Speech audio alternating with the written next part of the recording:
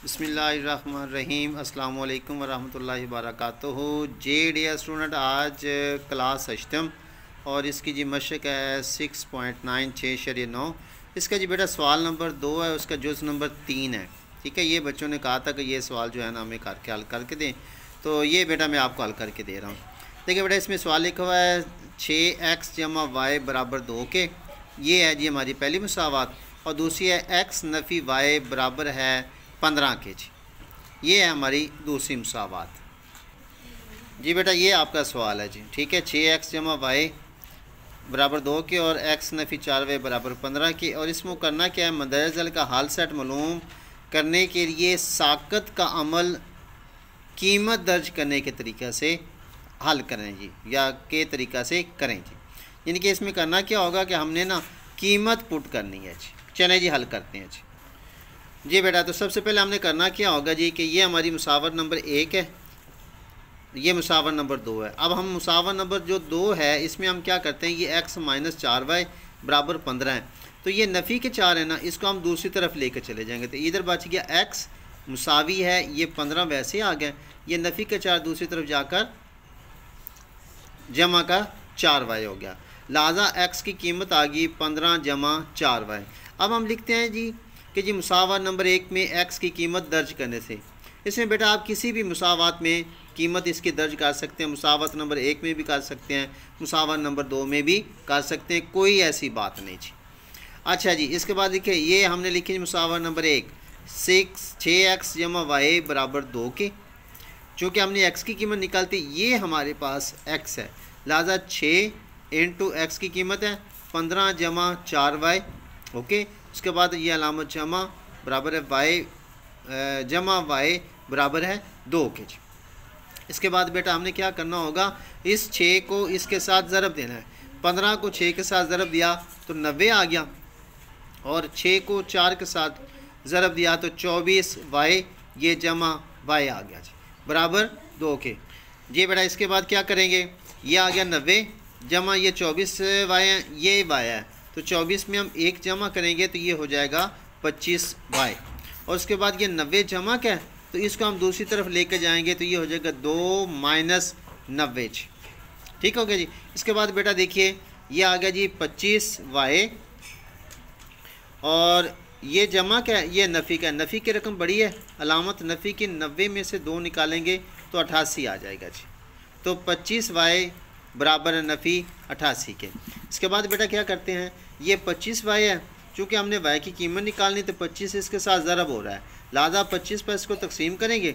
अगर इधर 25 पर तकसीम किया है तो इधर भी 25 पर तकसीम करेंगे जी बेटा। तो इसमें क्या होगा, इसके बाद इधर क्या बच गया y, तो यहाँ पर हमारा आ गया नफ़ी 88 बटा 25।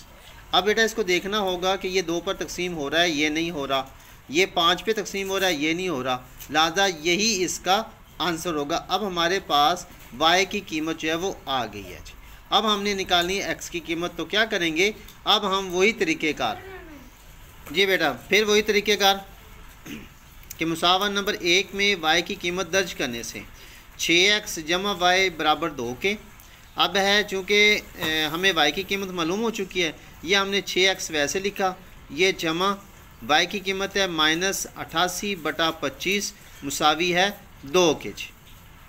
तो इसके बाद बेटा देखिए ये आ जाएगा 6x, ये जमा, ये चूँकि नफ़ी की अलामत है, यहाँ पर ये नफ़ी के आगे आ गया 88 बटा 25 मुसावी 2 के। यहाँ पर घबराने की ज़रूरत नहीं है, इसमें आप लोग इज़ाफ़े अक़ल भी कर सकते हैं। यहाँ पर मैंने इसको थोड़ा सा आसान कर दिया आप लोगों के लिए। मैंने क्या किया, ये 6x है, माइनस 88 था, ये बटे 25 था। इस 25 को ख़त्म करने के लिए हमने इधर भी ज़रब कर दिया 25 से, यानी कि पूरी मुसावात से ज़रब देंगे 25 से। इधर भी 25 से ज़रब, इसके साथ भी 25 से ज़रब, और 2 के साथ भी 25 से ज़रब देंगे जी।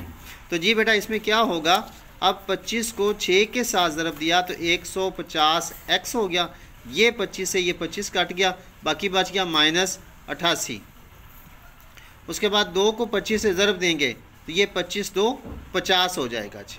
ठीक हो गया जी बेटा। इसके बाद देखिए ये आ गया जी 150x माइनस 88 बराबर 50 के।